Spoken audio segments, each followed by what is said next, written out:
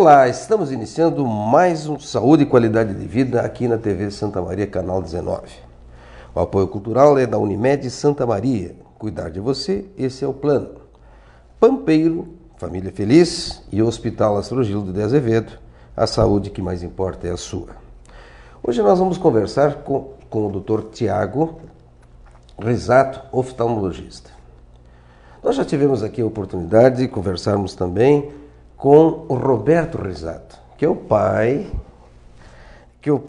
do Tiago. É uma família, na verdade, de oftalmologistas que talvez venha ainda do nosso querido Dr. Rossi, Dr. Armindo Rossi, que era tio do Roberto. Então, é uma família de oftalmologistas.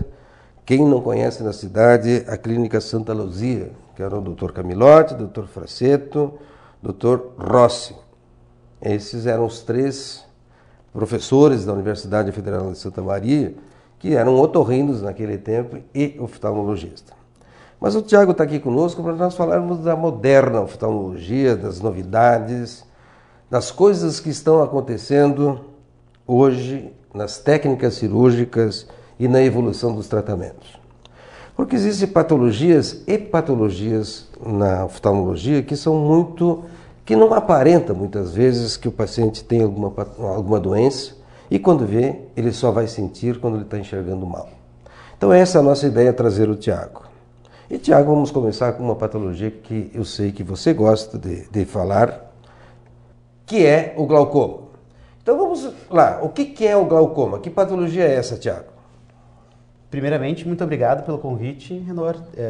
Fico muito feliz por estar aqui. Parabéns pelo programa, acho muito importante essas informações que a gente pode passar para a população em casa. O glaucoma é o que a gente estava falando há pouco, uma das doenças silenciosas que acontecem no nosso corpo humano. É uma doença que, na imensa maioria das vezes, não dá nenhum tipo de sintoma.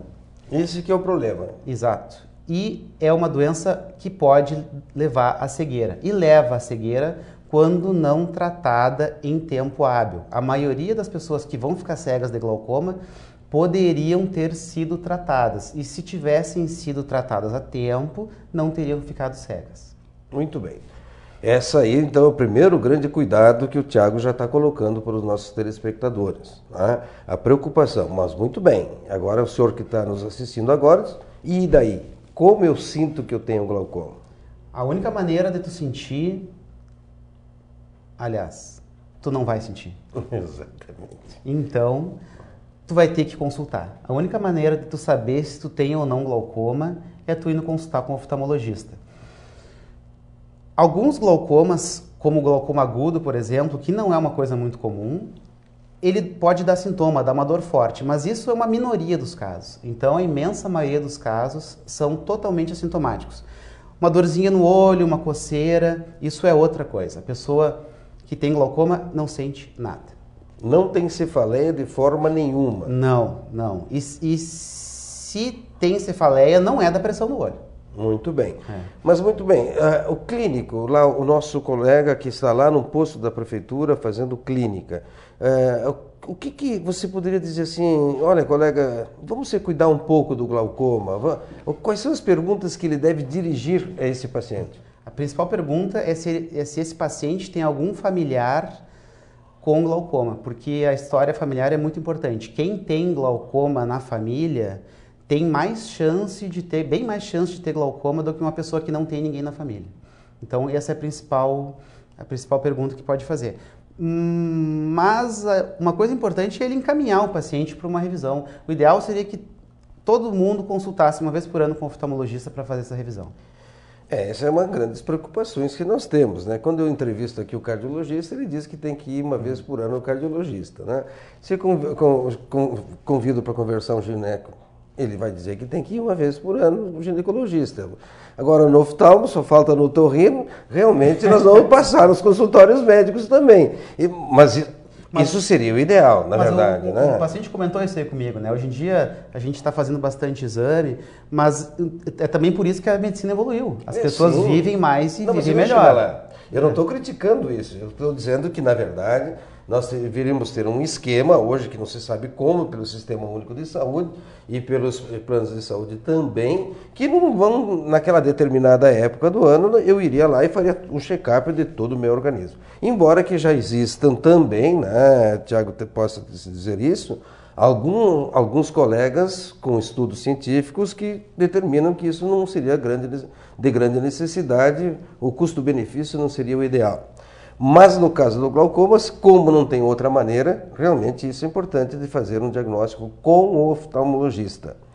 Por que acontece o glaucoma? O glaucoma primário de ângulo aberto, ele não tem uma explicação definida. Tá? A gente tem um ralinho dentro do nosso olho que vai falhando. E na maioria das vezes não existe um motivo aparente. Existem glaucomas secundários à inflamação ocular, secundários, por exemplo, a uma catarata muito grande, secundários a traumas, mas isso é a minoria. A maioria dos glaucomas, os glaucomas de ângulo aberto, eles não têm um motivo de acontecer. É até por isso que a gente não consegue encaixar o paciente de risco, porque todo mundo pode ter. Quanto tempo após o diagnóstico, vamos lá, se eu for lá consultar contigo, Tiago, olha, Renor, tu tem um glaucoma, eu vou te operar porque eu acho que vai evoluir, mas eu não quero operar, que é um direito meu também não ser operado. Quanto tempo eu vou ficar cego, normalmente? Vai depender de duas coisas, principalmente. E a principal delas é o estado do nervo óptico. Porque o que é o glaucoma? O glaucoma vai ser, a pressão do olho vai ser alta e vai machucar o nervo óptico.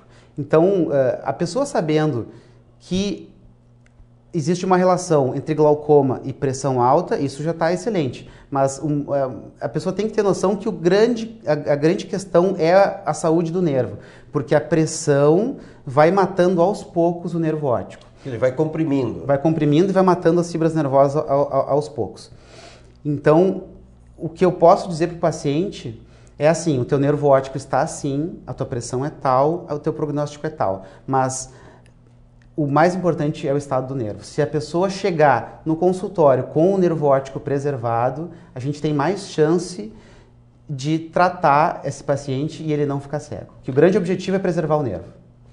O tratamento é com gotas no início, né? Realmente são colírios que o oftalmologista vai receitar e o paciente vai... Algumas novidades nisso? Porque eu auxiliava o Dr. Armindo nas cirurgias dele, dentro do consultório dele, fiquei 2 anos junto com o Dr. Armindo, quase virei oftalmologista, que pena, né? Devia ter sido oftalmologista. As receitas eram aquelas próprias do glaucoma. Alguma novidade em tratamento? Não estou falando de cirurgia. Nos últimos anos recentes, não, mas melhorou muito. Nos últimos 20 anos, os colírios novos, eles praticamente resolvem todos os casos. Praticamente todos os casos. Os pacientes que a gente tem que operar são muito poucos. Então, a maioria dos pacientes com glaucoma hoje são tratados com colírios. A cirurgia a gente faz quando a pressão não baixa o suficiente com o tratamento com gotas. Aí a gente tem que fazer a cirurgia. A cirurgia, ela sempre se impõe a gente. A gente não escolhe a cirurgia. Quando ela se impõe, a gente tem que fazer. Mas a opção sempre, primeiro, é o tratamento clínico. Aí eu vou contar como nós fazíamos antigamente, quando eu auxiliava o Dr. Armindo. Tirava um pedacinho na ponta da gilete, fazia incisãozinha para drenar o... porque o ralinho do olho entupiu. Isso, então tu tem que criar um caminho novo para o líquido. Essa ainda é a cirurgia? Sim. Existe um líquido dentro do olho que ele é produzido numa velocidade constante. E o problema é o ralinho que entupiu. Então, como o ralinho entupiu, tu tem que criar um caminho novo para esse líquido que está sendo produzido sair. E os colírios, então, seriam para abrir esse ralinho, essa maneira? Não. Ou só para baixar a pressão? Para baixar a pressão. Os colírios, ou eles diminuem a produção desse líquido, ou faz com que surjam caminhos novos para o líquido escoar. Eu estou conversando com o Tiago, da nova geração de oftalmologistas que está aqui em Santa Maria. Tem vários colegas novos que chegaram há pouco tempo, né? E essas patologias são crônicas, elas estão aí, elas estão na população, infelizmente, A consulta oftalmológica pelo Sistema Único de Saúde ainda é muito difícil, né? Nós temos alguns serviços aqui incipientes, a própria universidade com grandes dificuldades na oftalmologia e algumas cidades que estão fazendo cirurgias pelo Sistema Único de Saúde. Mas os planos de saúde que tem, todos os colegas oftalmologistas podem não atender um plano, mas atende outro. Quer dizer que tem que ir procurar, sim, um oftalmologista. Resultados quando são cirúrgicos são bons, essa é a dúvida que passou a mim. E outra coisa, a hipertensão arterial tem que alguma coisa relacionada com a pressão maior do olho? Porque parece que sim, né? Nós estamos falando de pressão. Quem está nos assistindo aqui diz, poxa, eu tenho pressão alta, eu chego a 18 por 12. Olha, a pressão é alta mesmo, 18 por 12. Tem que ver alguma coisa com a pressão ocular? Na prática, não. Então, existe uma relação mínima que é irrelevante. Então, a pessoa vai aumentar muito a pressão do corpo para aumentar uma parcela insignificante da pressão. Então, não tem relação. E os resultados são bons cirúrgicos? Ou já passou da época certa de tratar? Não quer dizer, os resultados eles são resultados bons, mas nós temos, por exemplo, outras cirurgias, como cirurgias de catarata, os resultados são excelentes. Os resultados cirúrgicos do glaucoma, vamos colocar um número ao redor de 70%, 80% de sucesso. Não é tudo que a gente gostaria que fosse, mas é o que se tem. Por isso que eu falei antes que a cirurgia a gente faz sempre em último caso. Na verdade tem que tratar. E essa aderência ao tratamento, sabe que toda a medicação que o médico receita diz, olha, infelizmente tu vai usar essa medicação pro resto da vida. É difícil o paciente realmente ter a vontade de fazer isso. Ele tá bom, muito bem, vou fazer isso, acho que os pacientes fazem dessa forma. Usa 2, 3, 4 meses, vai de novo lá no Tiago, tua pressão melhorou, tá boa, né? Aí ele para de Relaxa. Aí ele para de usar. É difícil, né? Para o paciente, principalmente porque ele não sente nada, né? Então ele tem que acreditar no médico, ele tem que dizer, olha, eu tô usando um colírio que às vezes tem efeitos colaterais, pode deixar o olho vermelho, pode dar coceira, pode arder, e eu não sinto nada. E esse olho vermelho, o que quer dizer? Tudo. Pode ser várias coisas, né? Pode ser... O principal causa de olho vermelho é ressecamento ocular. Então, hoje em dia, com ar-condicionado, muito tempo de computador, isso resseca o olho. Então, a maioria dos pacientes que têm o olho vermelho são por exposição. Então, esse paciente ele tem que usar lubrificante ocular, por exemplo. Geralmente o olho vermelho não é uma coisa grave. E as questões alérgicas também, né? Com certeza. Muito comum. Depende da época, vai ser uma causa importante. Geralmente o paciente já é alérgico, né? O paciente, por exemplo, senta ao exame comigo e já tem os olhos vermelhos, lacrimejando, eu já sei que ele tem uma rinite alérgica junto, né? Não tem isso, realmente. Ou então, o trabalho dele é onde tem muita poeira, e infelizmente isso é muito comum na nossa região e que dá as conjuntivites alérgicas, né? Sim, muito comum. É muito comum isso. Muito comum. A gente tem bastante no consultório. Estou conversando com o Dr. Tiago Risato, nós vamos a um intervalo e voltamos e vamos conversar sobre catarata.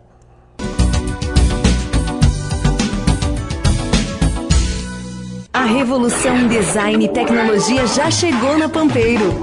Chegou o Up, o subcompacto da Volkswagen, produzido no Brasil por quem gosta de ousar. Tudo nele é Up. Venha conhecer toda a segurança, potência e economia deste modelo. Passe na Pampeiro e faça um test drive no novo subcompacto da Volkswagen. Conheça o Up, um carro planejado especialmente para o seu jeito de ser, está esperando por você na Pampeiro. Centro de Valorização da Vida Bom Dia, estou aqui para lhe ouvir. Os voluntários do CVV Santa Maria prestam um serviço de apoio emocional gratuito e sigiloso a todos que desejarem compartilhar seus sentimentos. A Taborda Teleágua leva sempre mais qualidade para o seu dia a dia. Trabalha com as melhores águas minerais e possui um serviço de teleentrega altamente seguro, onde o entregador chega até a sua residência uniformizado e identificados. Possui o serviço de limpeza com galões muito exigente, onde o transporte é realizado em sidecar fechados para que a bombona de água chegue à sua residência sem poeira. Nós trabalhamos também com a água mineral Vale Vita de São José do Hortêncio, no Rio Grande do Sul, que possui alta qualidade e sabor e um dos mais baixos teores de sódio no mercado, chegando a 4,5 mg por litro.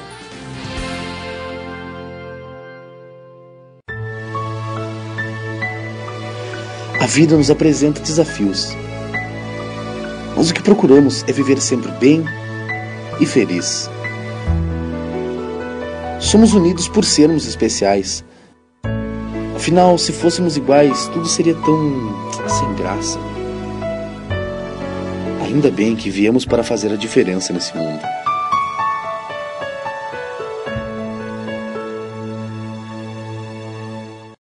A On The Rocks não é apenas mais uma rádio que circula na web. A On The Rocks é um portal de informações de cultura pop, com produção diária de conteúdo. Ouça os podcasts, interaja com nossas redes sociais, baixe os aplicativos Apple ou Android e assim ouça a melhor programação musical também no seu smartphone. Acesse ontherockswebradio.com e confira tudo isso e muito mais. On The Rocks, a rádio que só toca um tipo de música, a boa. On The Rocks. Cuidar de cada detalhe, esse é o plano. Transformar um sonho distante em seu próximo destino, esse é o plano. Cuidar hoje do amanhã, esse é o plano. Envelhecer sem ficar velho, esse é o plano. Conseguir almoçar em casa, esse é o plano.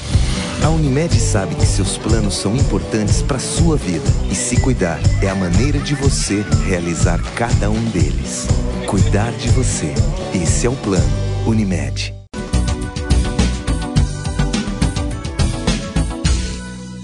Voltamos com o nosso Saúde e Qualidade de Vida aqui na TV Santa Maria, canal 19.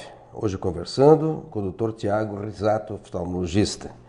Sempre com o apoio cultural da Unimed Santa Maria, do Hospital Astrogildo de Azevedo e da Pampeiro Família Feliz. Nosso endereço para perguntas é saude@santamaria.tv.br. Você pode mandar perguntas e pode sugerir pauta para as nossas próximas entrevistas. O nosso programa sempre vai ao ar ao sábado ao meio-dia, no domingo ao meio-dia repetido e durante a semana em horários alternativos. Eu anunciei que eu iria conversar agora com o Tiago sobre catarata. Como a população está envelhecendo, né? Realmente está envelhecendo, graças a Deus, estamos chegando hoje a 70 anos com muita facilidade. Na verdade, essa é uma doença que acomete principalmente os idosos. Mas quem vai explicar o que é catarata e como é o Tiago. Tiago, por favor, pega isto lá. Muito bem. Catarata, Tiago.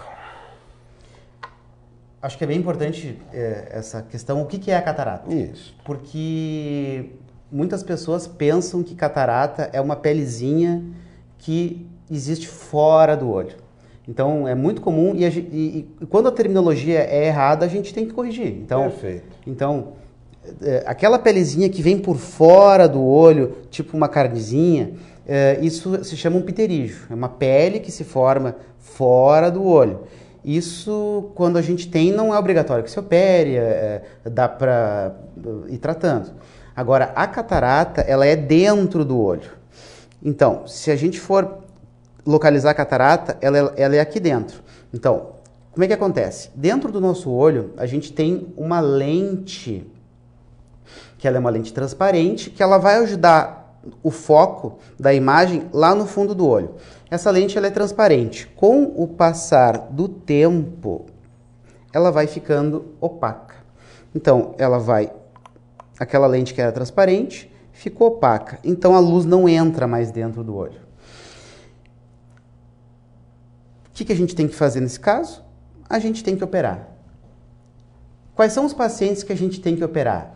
Aqueles pacientes que estão com uma baixa visual importante. De quanto?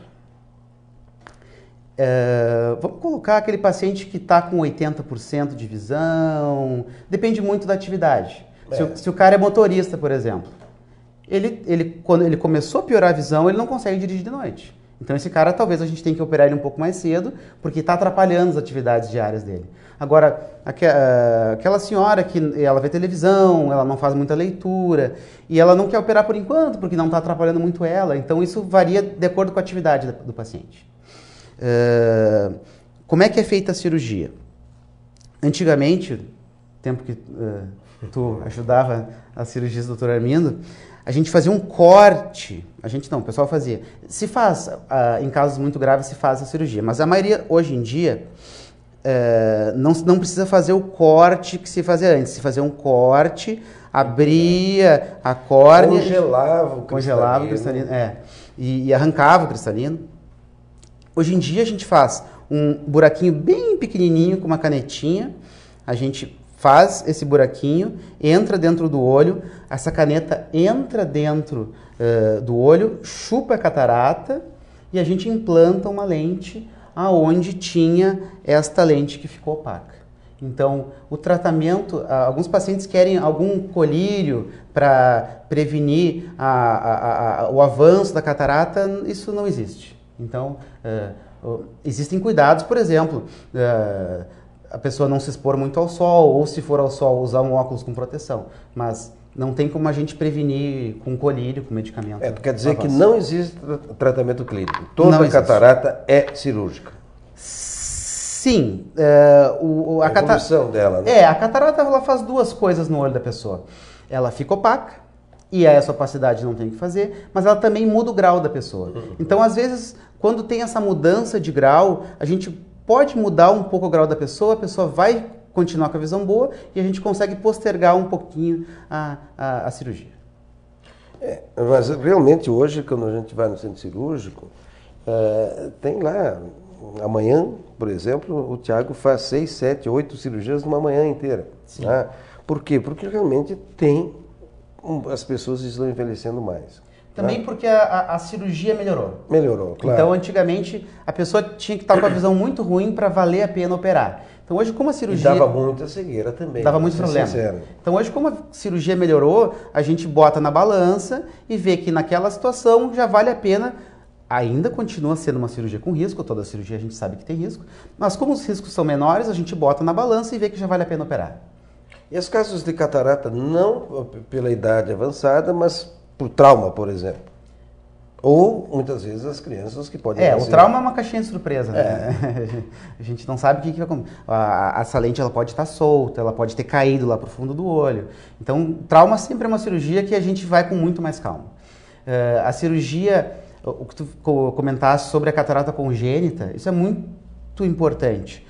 Por quê? Porque a catarata congênita, ela impede que a luz entre lá dentro do olho da criança. Então, o olho da criança não vai aprender a enxergar.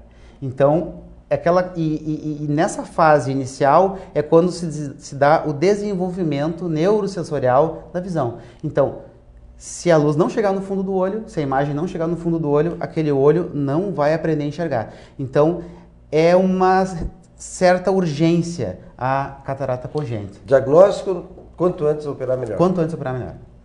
Quais são as causas? Às vezes ela não tem causa determinada, mas rubéola, toxoplasmose. Muito bem, a rubéola realmente, vamos lá também, infelizmente tem gente que ainda não leva suas crianças para vacinar. Incrível isso, né? Olha lá, vamos aproveitar, começou a vacina da gripe. O ano passado sobrou milhares de vacinas. Por favor, quem está nos assistindo agora, né, Tiago, vão levar as suas pessoas de risco, com idade avançada, grávidas e crianças, vamos vacinar. Vamos aproveitar nesse momento para colocar, né? Mas voltando para a nossa catarata, lentes. Essa é a grande dúvida, né? Realmente as lentes. Existe sempre aquela polêmica, tem lentes de boa qualidade e de má qualidade. Ou são todas lentes boas, mas dentre as boas tem algumas melhores. Isso, concordo. É isso, né? Concordo. Características das lentes. Eu diria, inicialmente, o material da lente. Então, vai ter material da lente que ele é um pouquinho mais suave para o olho. Isso é uma coisa importante. Dá menos reação. Dá menos reação. Isso pode ter. Mas não quer dizer que a lente A vai dar certo e a lente B vai dar errado. Então, é como tu falaste, todas as lentes são boas, mas vai ter uma lente um pouco melhor. Quando a gente fala de catarata, uma coisa que a gente consegue fazer também durante a cirurgia da catarata é a correção do grau do paciente. Tá? E aí sim que a coisa varia um pouco. Então, quais são as opções que a gente pode ter? A gente pode corrigir o paciente para longe e deixar o paciente com uma visão boa para longe, e ele usa um óculos para perto. Ou a gente pode implantar, por exemplo, uma lente multifocal dentro do olho.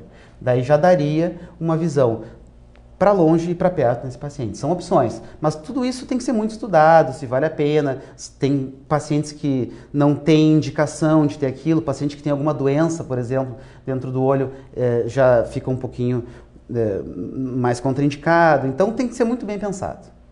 Porque, Tiago, a gente tem que colocar exatamente desta forma, né?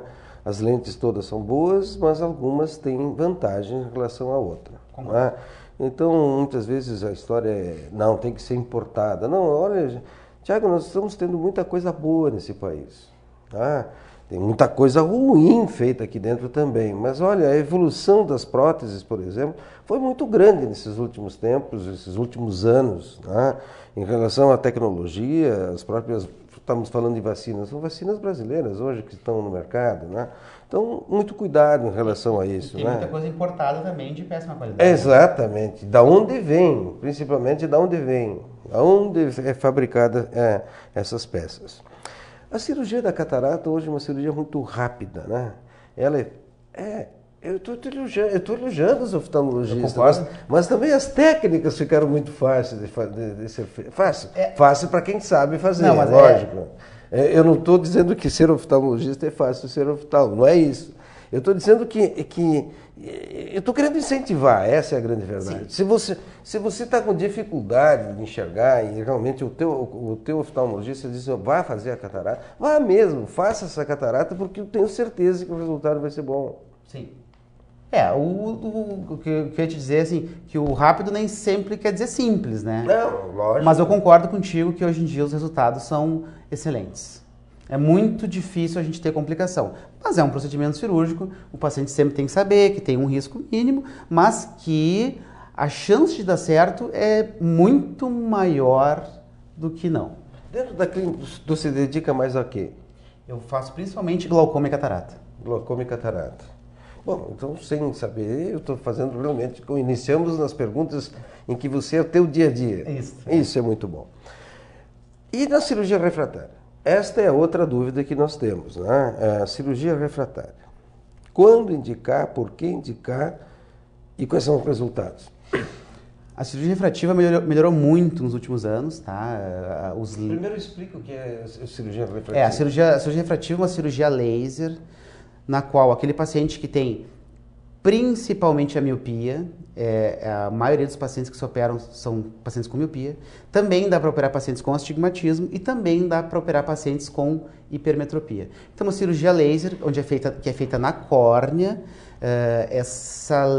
esse laser ele desgasta a córnea de uma maneira ordenada, que aquela imagem que estava no lugar errado vai ser colocada no lugar certo.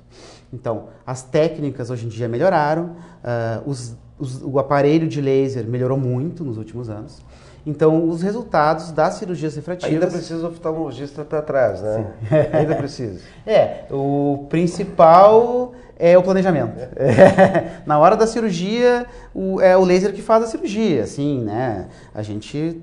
Tá junto, tá lá. Mas o principal é o planejamento e a indicação da cirurgia. Os resultados são ótimos, mas a gente tem que considerar a cirurgia como uma cirurgia estética. Sim. Por quê? Porque o paciente não precisa daquela cirurgia. Ele consegue corrigir aquela deficiência dele com óculos ou com lente de contato. Agora me recordei de uma amiga de família que fez a cirurgia da miopia para não usar mais óculos. Tá? E logo depois que ela ficou, ela me mostrou os 3 ou 4 óculos novos que ela comprou para óculos sem grau nenhum. Eu disse, mas vem cá, mas tu fez cirurgia para não usar óculos, agora está comprando óculos. Isso é o dia a dia. Tu está falando assim que ela é uma cirurgia estética? Sim. Bom, é uma cirurgia estética. Sim. Bota o óculos, tira o óculos. Porque não tem nenhum problema maior usar o óculos. Salvo raríssimas exceções, Por exemplo, piloto de avião não pode usar óculos. O piloto de caça do exército, da aeronáutica, ele não pode usar óculos. Então, para ele poder exercer a profissão dele, ele tem que fazer a cirurgia refrativa. Então, é uma indicação, por exemplo. É uma indicação cirúrgica. Precisa. Ele precisa. Mas a maioria dos casos, o paciente poderia ser corrigido com óculos, por exemplo. Mas eu entendo que o óculos é uma coisa que, de repente, se a pessoa não quer usar, eu acho a cirurgia extremamente válida. Mas eu te digo a verdade, eu não... Em primeiro lugar, eu não tenho coragem de fazer cirurgia em mim. Tomara que não precise passar por essa sem cirurgia. Olha, um cirurgião falando isso. Mas isso aqui não é tão bom de usar. Não é. Não é. Na verdade, o melhor é ficar sem óculos mesmo. E se a cirurgia dá bom resultado, quem sabe eu também tenha coragem. Mas quais são os casos? Existem, no caso da miopia, alguns graus estabelecidos, mais ou menos como o ideal para o ato cirúrgico. Vai depender, como é feito um desgaste na córnea, tu tem que ter uma córnea de uma espessura tal. Então vai depender do grau, 5, 6, 7 graus, dá pra gente fazer se a pessoa tiver uma córnea de boa espessura. A gente não pode tirar muita córnea do paciente que tem pouca córnea. Então tem que fazer alguns exames pré-operatórios para ver se, dependendo do grau do paciente, ele tem condições de fazer a cirurgia.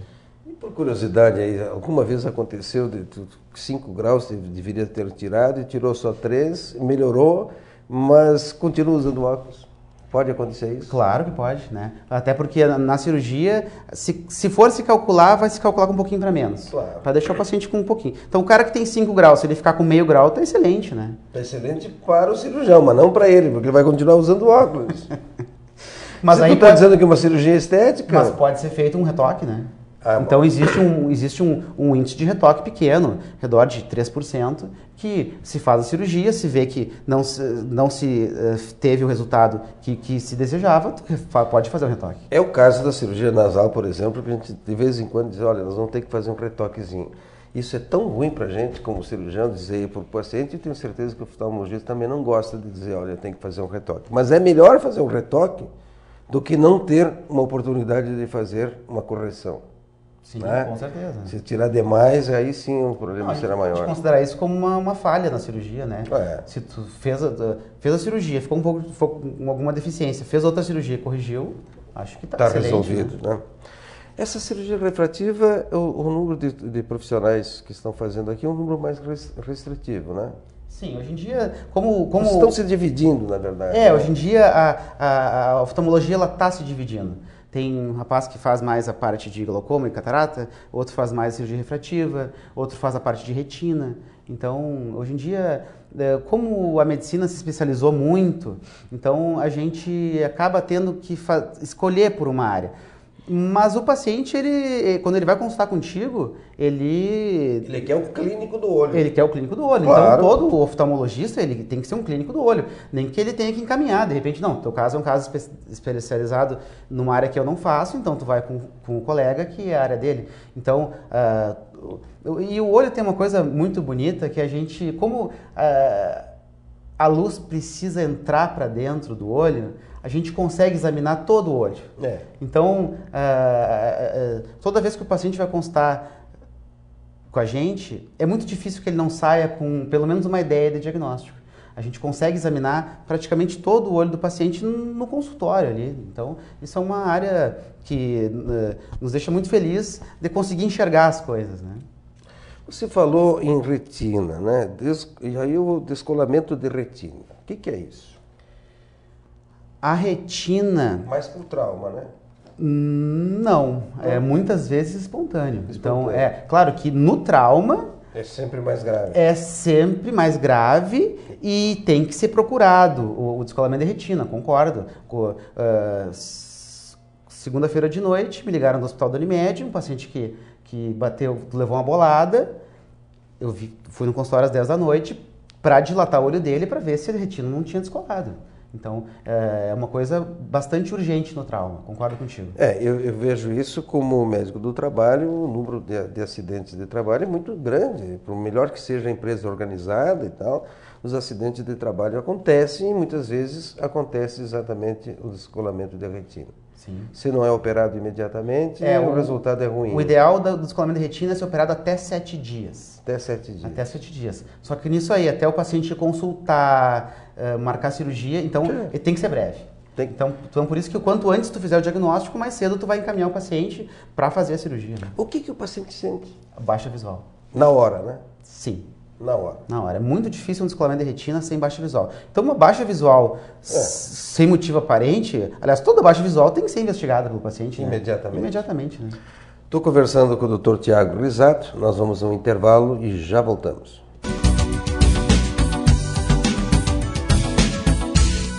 A revolução em design e tecnologia já chegou na Pampeiro. Chegou o Up, o subcompacto da Volkswagen, produzido no Brasil por quem gosta de ousar. Tudo nele é Up. Venha conhecer toda a segurança, potência e economia deste modelo. Passe na Pampeiro e faça um test drive no novo subcompacto da Volkswagen. Conheça o Up, um carro planejado especialmente para o seu jeito de ser, está esperando por você na Pampeiro. A Taborda Teleágua leva sempre mais qualidade para o seu dia a dia. Trabalha com as melhores águas minerais e possui um serviço de teleentrega altamente seguro, onde o entregador chega até a sua residência uniformizado e identificados. Possui o serviço de limpeza com galões muito exigente, onde o transporte é realizado em sidecar fechados para que a bombona de água chegue à sua residência sem poeira. Nós trabalhamos também com a água mineral Vale Vita de São José do Hortêncio, no Rio Grande do Sul, que possui alta qualidade e sabor e um dos mais baixos teores de sódio no mercado, chegando a 4,5 mg por litro.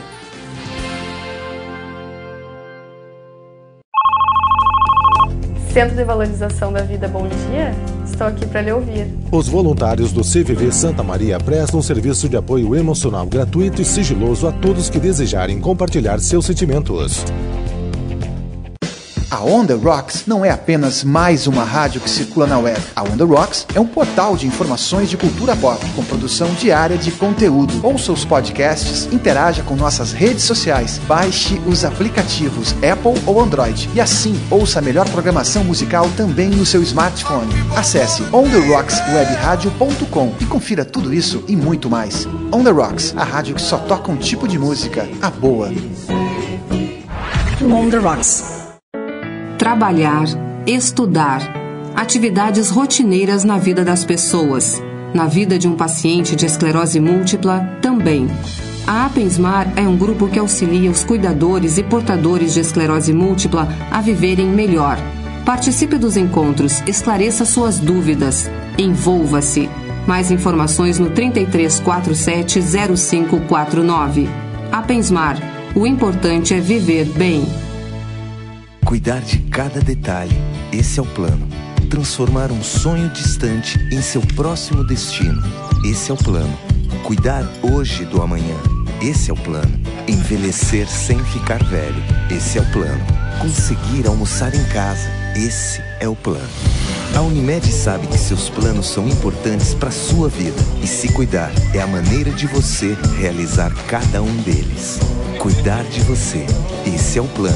Unimed.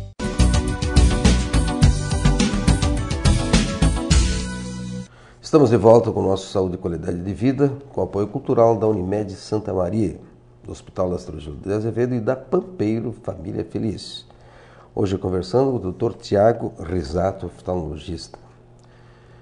Uma das patologias em que ocorre com certa gravidade, isso com o médico do trabalho, eu gosto sempre de frisar, é o corpo estranho no olho.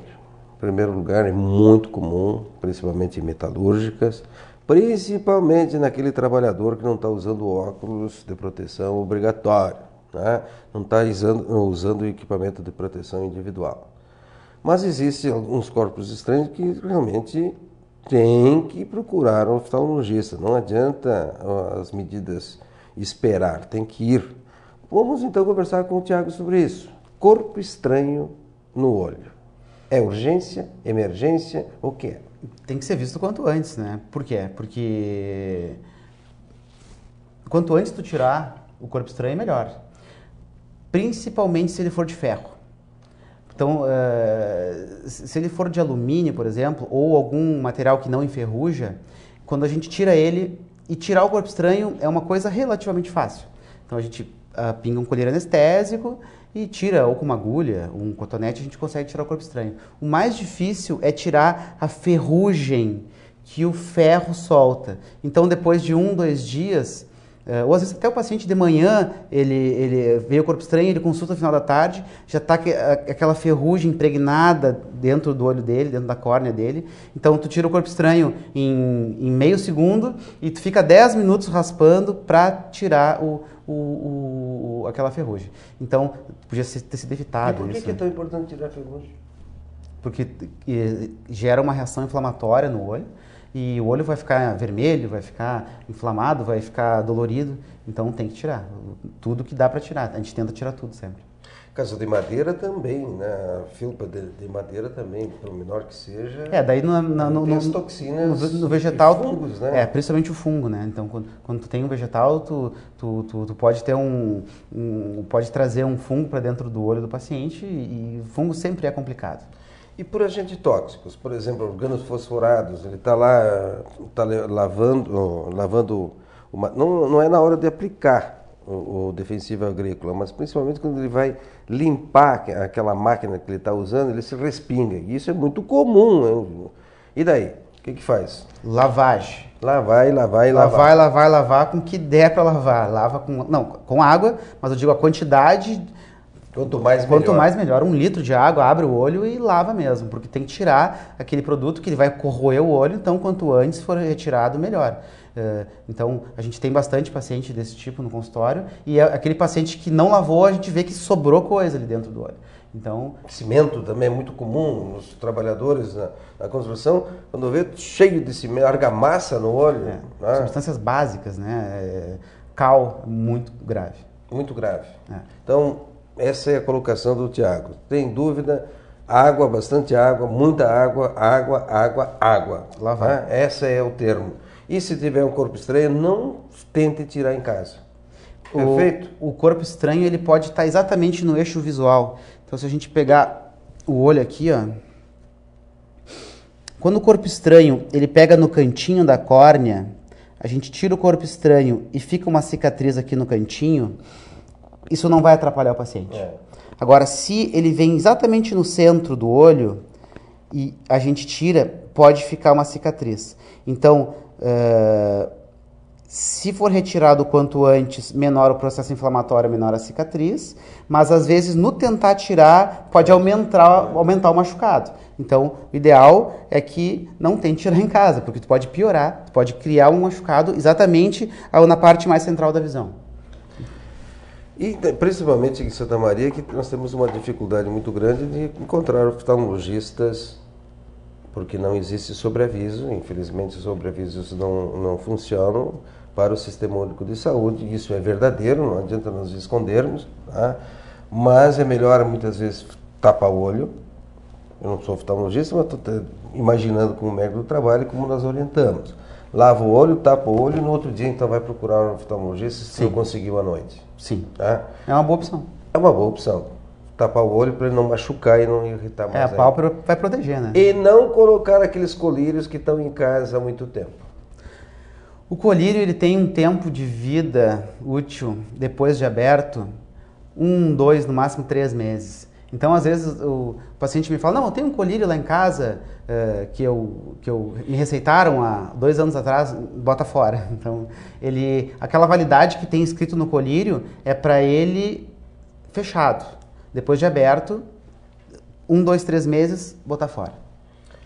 E nos casos das conjuntivites alérgicas, bacterianas e virais, principalmente as virais que mais incomodam o médico do trabalho? O que tu me diz? Tratamento é sintomático. A conjuntivite viral, ela não tem tratamento, porque o vírus não tem como tu ir lá e com uma substância e matar o vírus. Então, o que tu vai fazer com esse paciente? Tu vai usar um lubrificante, compressa gelada ajuda muito, porque o olho está inflamado, o olho está vermelho, ele está inflamado por dentro, então a compressa gelada, ela funciona bastante. E evitar usar principalmente associação. Então, tem colírios que tem antibiótico e corticoide. E antihistamínico junto ainda. Então, assim, isso não vai ajudar. Então, o corticoide... E qual é o problema de tu usar corticoide no paciente? O paciente pode ter outra coisa. Então, o ideal é não usar o corticoide no paciente que tu não tem certeza do que tu está fazendo. Então, se eu fosse, por exemplo, atender um paciente, se eu não consigo examinar o paciente, não tenho instrumento para isso, eu vou dar lubrificante, compressa gelada e repouso. Quantos dias de atestado e se a conjuntivite viral pode pegar entre todos os que estão trabalhando no escritório ou no pátio da fábrica, no chão da fábrica? Olha, tem o seu Joãozinho, está com conjuntivite viral, ele tem que ficar 20 dias em casa, 10 dias em casa, 5 dias em casa, senão vai passar para todo mundo. O contato da conjuntivite, ela não é que nem a gripe, né? A gripe se dá pelo ar, então se tu estiver no mesmo ambiente de um paciente gripado, tu pode pegar a gripe do paciente, dessa pessoa. Mas a conjuntivite, ela se dá por contato, a transmissão. Então, se tu tá com conjuntivite e lavar tua mão, depois de botar a mão no olho, tu não vai passar para ninguém.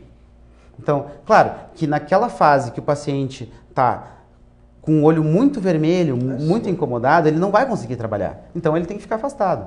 Mas isso se dá na conjuntivite viral, que é a mais comum, ao redor de 3 dias já está bem melhor. Então, ele já tem condições de voltar ao trabalho. Eu não estou dizendo aqui que sou contra dar atestado para o paciente, porque senão parece que nós estamos assim, dessa forma. Não é isso.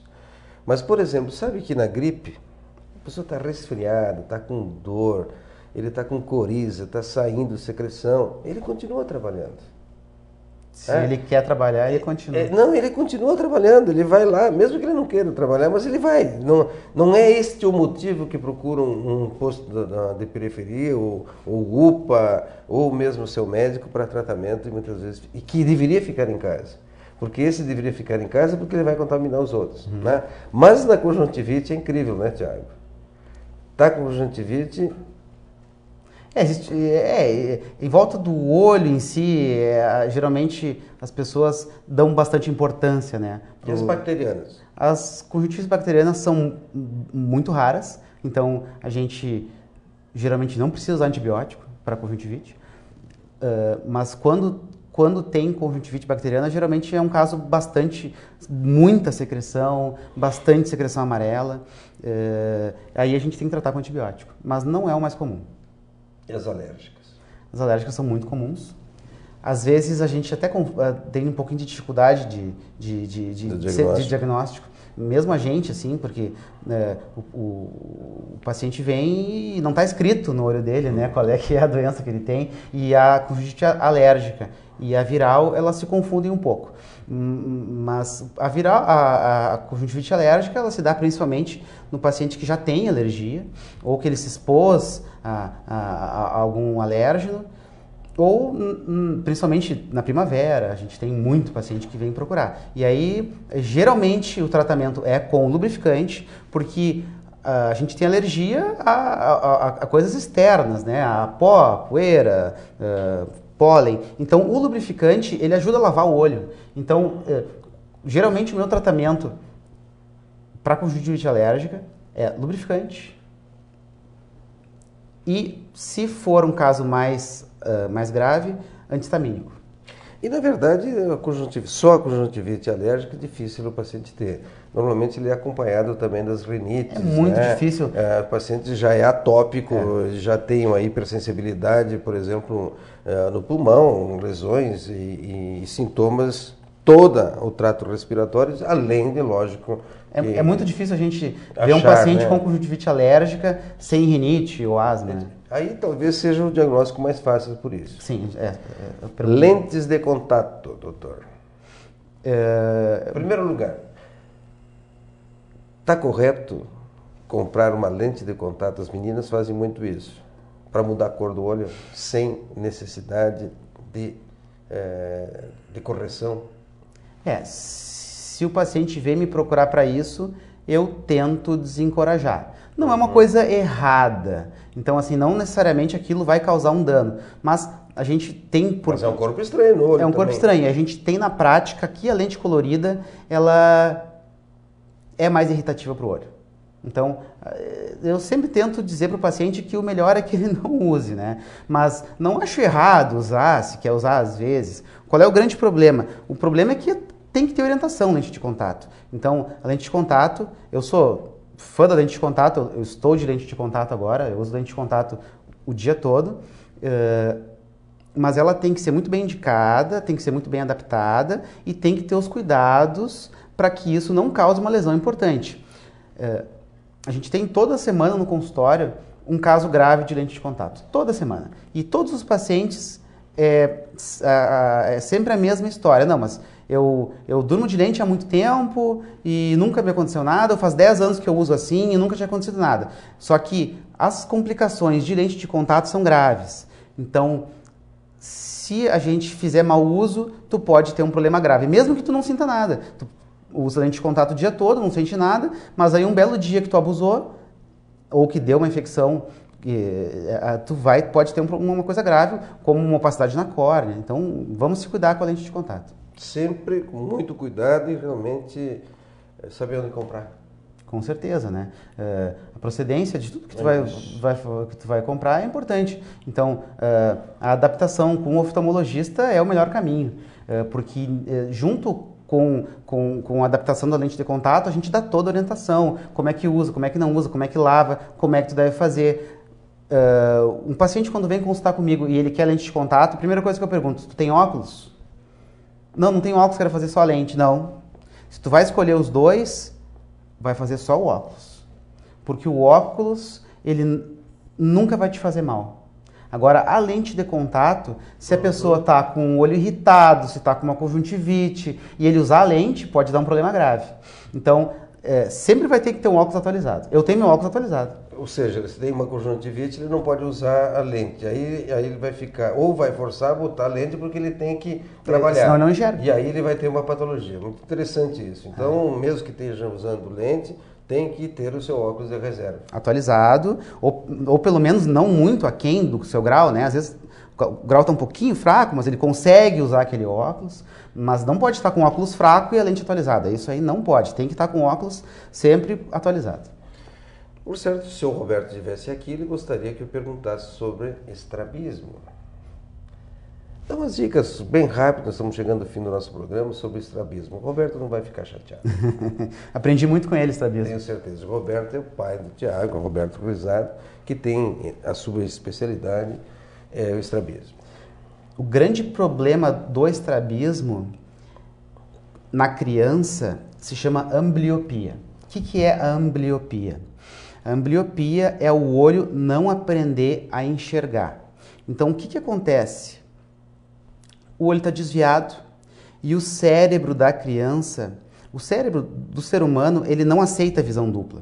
Então, ele escolhe um dos olhos, dá preferência para um dos olhos e aquele olho que está desviado, o cérebro apaga. Bloqueia. E aquele olho não aprende a enxergar.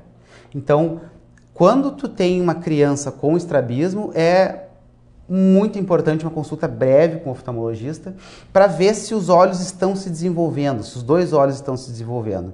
Então, a maior gravidade no estrabismo é a ambliopia. Como é que se trata esta ambliopia?